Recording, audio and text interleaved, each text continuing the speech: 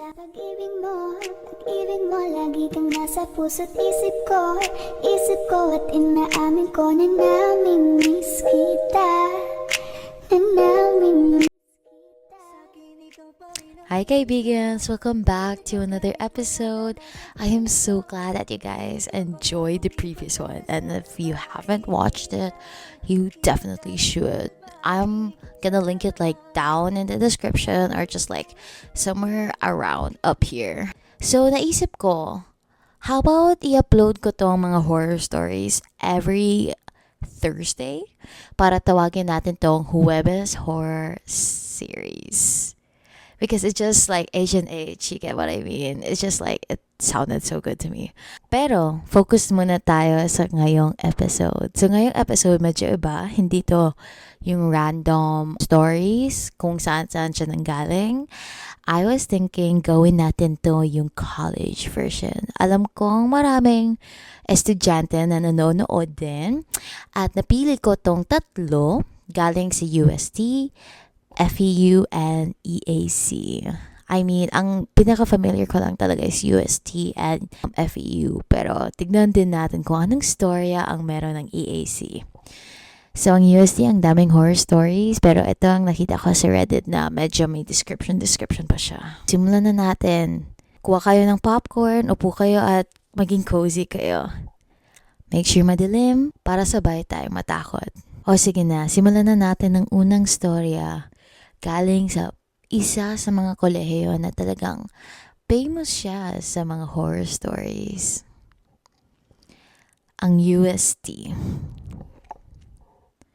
Around 2014 or 2015 siguro yon, St. Raymond's Building. Panggabi ako that time and bumabagyo na sa labas.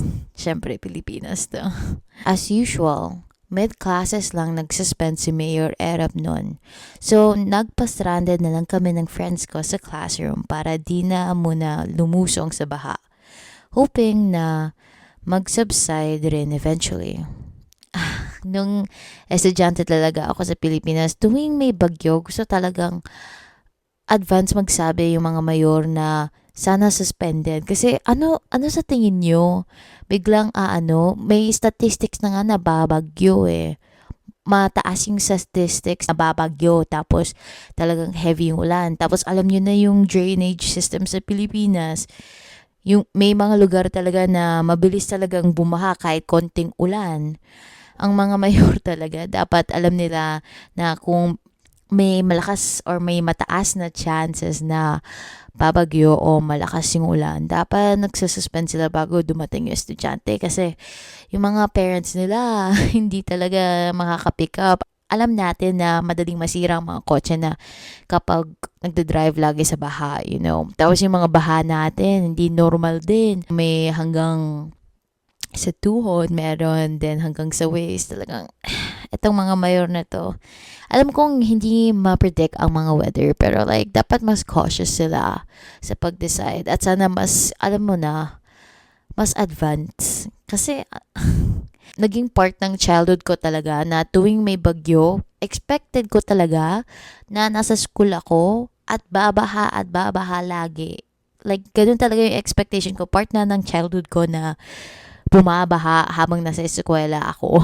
Like, it's just like a core memory at this point. Pero yeah, routine naman na to sa mga taga-UST, pero that time, tuloy-tuloy yung ulan hanggang gabi. Kawawa naman tong mga estudyante na to na pa-stranded hanggang gabi. 2 times nangyari sa 4 years ko na nagpagkain yung school sa mga na-stranded. Ay, ang lucky naman ninyo. Never ko yung na-experience na yung school na papakainin yung mga estudyante na na-stranded. Ang bait naman. I mean, UST to, kolehiyo ito. So, baka iba yung treatment. Pero nung high school ako at middle school ako, hindi ko yun na-experience. Ang lucky naman nila. Free yung pagkain nila. Dapat lang talaga, dapat alagaan yung mga estudyante. Hindi naman nila nagustuhan na mag-stay dyan. Hindi naman nila nagustuhan na umulan at ma-stranded at baha-baha. Diba? Dapat talaga inalagaan. Dapat ganyan talaga mga eskwelahan. Around 6 p.m. siguro, may mga nag-iikot na volunteers para tawagin at pagsamahin lahat ng nagpa-stranded na students into one holding area. Siguro around 30 to 40 people rin kami noon, placed in a classroom while we waited for the food. Mula bata ako, nakakakita at nakakaramdam naman na talaga ako. Same kuya, same. And usually, ako yung mahilig manakot at magkwento ng ghost stories sa mga magtutropa. So, nung natapos kami kumain, and nasi-CR daw yung tropa ko, opportunity ko na yun manakot. Ay, si kuya talaga ang Sabi ko, sasamahan namin siya basta mag-CR kami sa 5th floor, bandang Commerce, AVR. Bakit pa sa 5th floor? Paano kung nasa 1st floor pa kayo? E di, nag-effort pa talaga kayo pumunta sa banyo. Alam nyo naman yung ibang school, hindi ko alam sa UST kung may elevator sila or escalator, pero sa mga ibang school, sa high school ko, may 5 floors, 4 floors. Walang ganun. So, talagang hagdanan. Every morning exercise mo na yun. Sakit sa tuhod kaya. Nasa 3rd floor yung holding area namin noon and hallways na lang yung may ilaw. Tatlo kaming umakyat sa central stairs and apparently patay na lahat ng ilaw from 4th to 5th floor. Ay, Diyos ko po. Moonlight na lang yung liwanag na pumapasok sa windows. Ang lakas ng loob nila. At that time, unti-unti nang nagtatakutan friends ko dahil sa dilim. Pero ako tahimik lang. Usually, style ko rin naman na manahimik as a form of panakot. Ang talino ni kuya sa masamang paraan. After mag-CR, sabi ko, pagbaba ng 4th floor through the central stairs, sa side na stairs na kami dumaan pababa ng 3rd floor para may thrill. Game naman sila. So habang naglalakad sa madilim na hallway ng 4th floor, sumisilip ako each classroom through the glass panes ng door habang nakikipagbiruan sa mga kasama ko. Ang tapang, hindi ko kaya. Kahit ako mag-isa sa high school ko, ayokong sumilip-silip sa mga classroom kasi baka biglang may mukha. Yun yung isa sa mga fears ko nung estudyante ako. Natatakot ako na bigla akong may makikita na mukha habang sumisilip ako. Like, ayaw na ayaw ko yun. It's like an irrational fear or something. Pagbalik namin sa holding area, nagtanong sila bakit tumahimik ako for a while habang pabalik kami. Tsaka ko lang sinabi na in one classroom may nakita akong babaeng nakaputing uniform na nakaupo sa gilid na seat by the window. At that time, alam ko naman na kung anong nakita ko and wala na lang yun sa akin. Pero as my friends were trying to make sense of it, nasabi nilang imposibleng taga-college namin kasi siya. Kasi black and yellow yung uniform ng mga babae namin. And iba naman yung holding room ng mga taga-AB with similar uniforms. Tapos na-realize nila, white nga pala yung dating uniform ng mga commerce noon. This time, wala pa namang type B uniform sa UST. Ay, Diyos ko. So, bale, may espiritu ng old na estudyante? Previous na estudyante? Ano kaya nangyari sa estudyante niya? Medyo na-chill ako sa bandang huli. Di ko yun na-expect. Pero ayun, thank you kuya for that story. That was really interesting.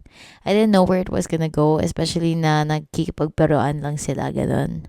Akala ko sila eh. Ano tawag doon sa summoning board na popular din sa US? Sa mga horror stories in general. I think Ouija board ata tawag doon.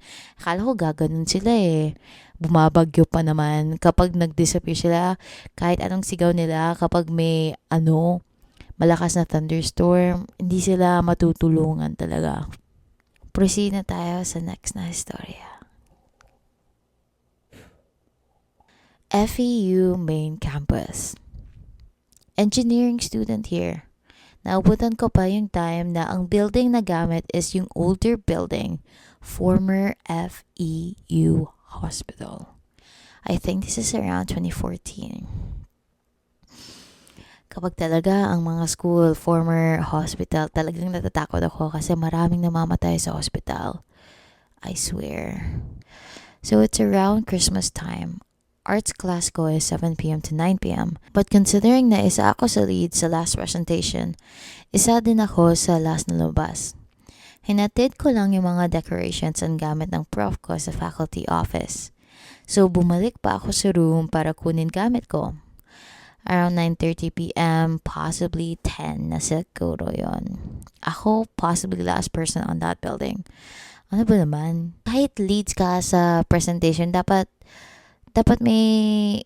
tutulungan ka ng mga kagrupo mo. Ang dami naman gamit nun. Alam mo ba, mas mabilis dali lahat ng gamit kapag marami kayo. Bakit nyo iniwan si leader dyan? Ayan, tuloy. Mayroon na siyang scary story na masasabi sa atin.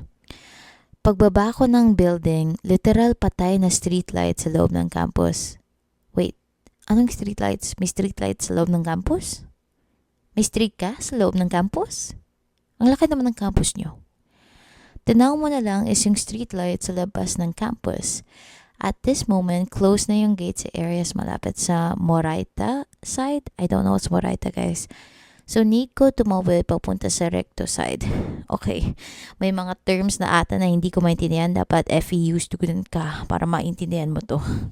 Pero bakit walang guards na tumitingin? Bakit nila pinapatay at hindi sina-check kung may iba pang estudyante? Ano ba yan? Medyo nakakatakot yan. Hindi nila masyadong tinitingnan kung may estudyante pa. If may ibang tao na hindi estudyante, medyo nakakatakot yun. Dapat talaga i-increasing security kapag mas malaki yung campus. Yung binababaan ko is yung parang glass staircase sa annex building. Ay wow, bongga, glass staircase pag nalalaman. Exactly pagbaba ko, for some reason, kinutuban ako. Napatingala ako. Doon sa 5th floor landing, may babae na nakaputi na nakatingin sa akin. Ay, Diyos ko po, ano ba naman to? May babae na naman na nakaputi. I'm sure di siya FEU student since naka-green pants ang female engineering students. Akala ko lasal lang ang mga may green pants. Ang bobo ko, guys. And bawal mga main campus students sa engineering building. If you ask me, I'd say parang nursing student or similar sa suot niya. Ano yan? So, nalingat ako ng konti. Tumingin ulit ako. Wala na siya doon. Naglakad na ako ng onte tapos napalingan ako sa chapel. Ay, nasa chapel pala si kuya. Boy, andun na siya sa ground floor entrance sa chapel. Oh my God. Nag-teleport si ate. Tumakbo na ako papunta sa recto side exit. Nung nakita ko ng guard, sabi lang sa akin, bakit ngayon ka lang lumabas at hinihingal? Bakit ngayon ka lang lumabas at hinihingal ka? Nakita mo yung multo sa chapel, no? Etong si Kuya Guard parang may alam ah. Di ako nakapasok the next day kasi linagnat ako. Alam mo ba guys? Side note, alam niyo naman yung isa sa mga myths natin bilang Pilipino na kapag nag-compliment ka or nag-stare ka too much sa tree at nagustuhan ka ng mga duwende o ng mga fairies tapos hindi ka nagsabi ng tabi-tabi po or sinabi mo lang na ang ganda or like nag-step ka tapos hindi ka ng tabi-tabi po, kukunin ka, parang magte-try sila ng kahit anong methods na para magstay ka. Retreat ko yun, tapos nilagnat ako noon. After I had encounter in the trees, tapos kinompliment ko, tapos, ayun, share ko lang. Anyways, back to the story. Nag-asa ko sa history there. Meron daw nag-suicide na teacher or student sa kabilang building sa main campus. I'm not sure if related siya sa nakita ko, pero I'm pretty sure female nurse or student nakita ko. White blouse, white skirt. Not sure on the shoes, pero no face. Okay, medyo sad yun. Pero medyo nakakatakot din yun. Kasi, iniisip ko lang, if I were in their shoes, aasmahin talaga ako noon. Kasi, hindi ako makakatakbo kasi yung lungs ko hindi magko-cooperate tapos yung legs ko magiging jelly. Kasi kung nakita ko yon na nasa 5th floor tapos biglang nasa ground floor, kung palabas lang ako ng konting steps tapos bigla siyang gano'n, talagang tatakutin ako guys. Like, kung ako yung student sa story na to, hindi ako makakasurvive doon. Baka katabi ko lang si ate noon. Kasi sasabihin niya na Ote, okay ka lang? Gusto mo inhaler? Meron ako noon. Dahil inaasma na ako at nakakatch up na si ate sa akin. Female nurse pa naman siya. Siguro alagaan niya din ako. Pero in all seriousness guys, kung may nararamdaman kayo at naiisip niyo yung mga ganun thoughts, alam niyo na gusto nyong magpakamatay and stuff like that. Trigger warning, sorry, I forgot to say that. But kung meron kayong mga ganon na thoughts, I just hope that mag-try muna kayo mag-reach out for somebody. Importante kayo sa mundo. Kahit yung pinaka-close nyong kaibigan or kapamilya hindi nila pinapakita. Ang buhay ay hindi limitado sa kanila. Kung anong problema nyo ngayon, meron pang pag-asa, okay? Huwag kayong mag-give up pa. Try nyo muna mag-explore lahat ng tourist spots sa mundo. I-experience nyo lahat. Kung gusto nyong, kung nafe-feel nyo na parang nakaka-suffocate na talaga ang mga problema sa buhay, huwag nyong gamitin, huwag kayong mag-isip na yun yung solution or yun yung isang paraan lang na para maka-escape kayo. Maghanap kayo ng ibang ways. Maghanap kayo ng dahilan. Kahit nakakapagod, I know, I understand. May experience ako noon. Maghanap kayo. Mag-reach out kayo. Huwag kayong mag-give in. Kaya nyo to. Malakas kayo. Okay. Napa-advise tuloy ako. Nakakasad kasi yung mga ganyan nangyayari. May mga kaibigan ako na masyado pang bata at wala na. Especially mga juniors ko. Nakakasad marinig yung story na yun. Kapag, especially, mas bata sa'yo, tapos nakilala mo throughout high school. Ang bait niya pa namang bata. Anyways, proceed na tayo sa pangatlong storya. EAC Dasma campus. Back in college, I had 2 situations where I had a doppelganger.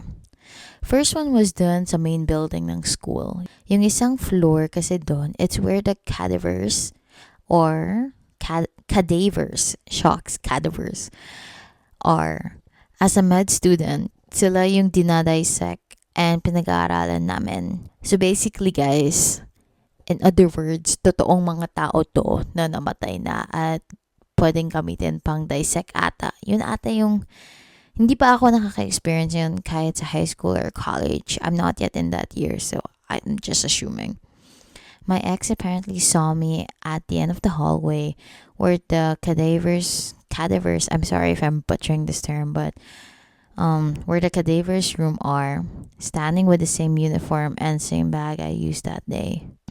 When she asked me bakit di ko daw siya pinansin, I casually told her na may class ako that time. And I really did. Kuya.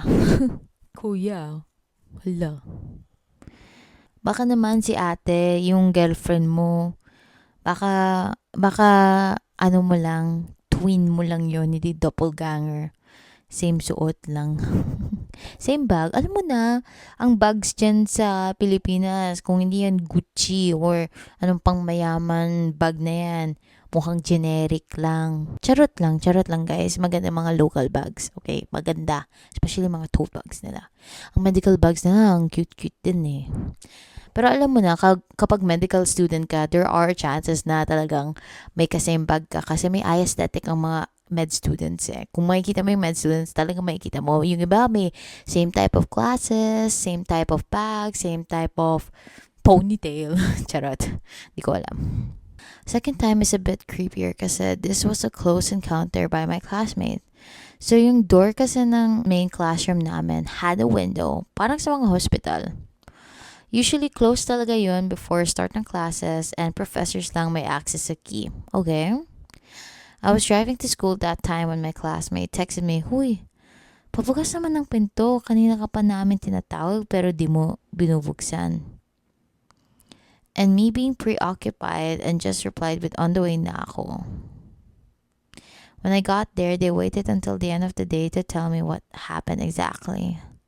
Wait, bakit di nila sinabi kaagad? Baka na-late si kuya sa klase actually. Uy, nakakatakot yun. Nakita nila na nasa... Okay. Processing what's happening. Medyo kinalabutan ako dun. Apparently, I was inside the room and walking around and tumingin pa ako sa kanila through the class but never focused my attention on them. Wait. That means that yung mga kaibigan niya, yung mga kaklase niya, nakita talaga siya. As in, nakita yung muka. Tapos akala talaga nila na siya yun. So talagang doppelganger kasi nakita ng mga klase tapos inakala na siya yun eh. Kasi yung mga tao kahit twins yan, may key features sila. So talagang malaman ng ibang tao. So like, that's so creepy. I looked at them down, then walked away. And they were 100% sure na ako yung nakita nila. Even had the same haircut I did. In parentheses, he said, got my haircut done the night prior. It was really some creepy in English.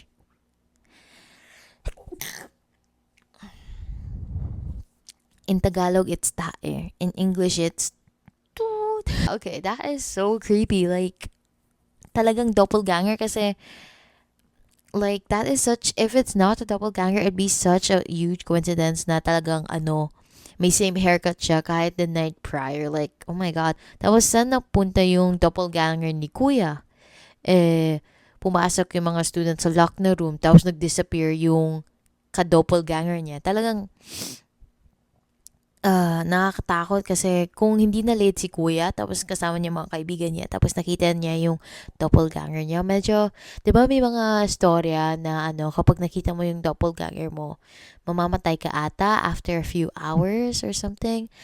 Pero hindi ko alam kung totoo yun. I mean, I know it's like just a story that's passed on, but like still, it's like, it's so creepy to even see someone na talagang kamukha mo like from another universe. You get what I mean? Like, nakakilabot yun. Kasi alam ko kapag nakita mo yung doppelganger mo, mamamatay ka kasi it can't be na the two of you are in the same place or the same world, I think, if I'm not mistaken. But yeah, salamat sa pakikinig sa mga horror stories. I'll see you guys next Huwebes Horrors. Ingat kayo at huwag kayong bangungutin. Good night. Hey there, baby. Ngayon lang ako nakakita ng katulad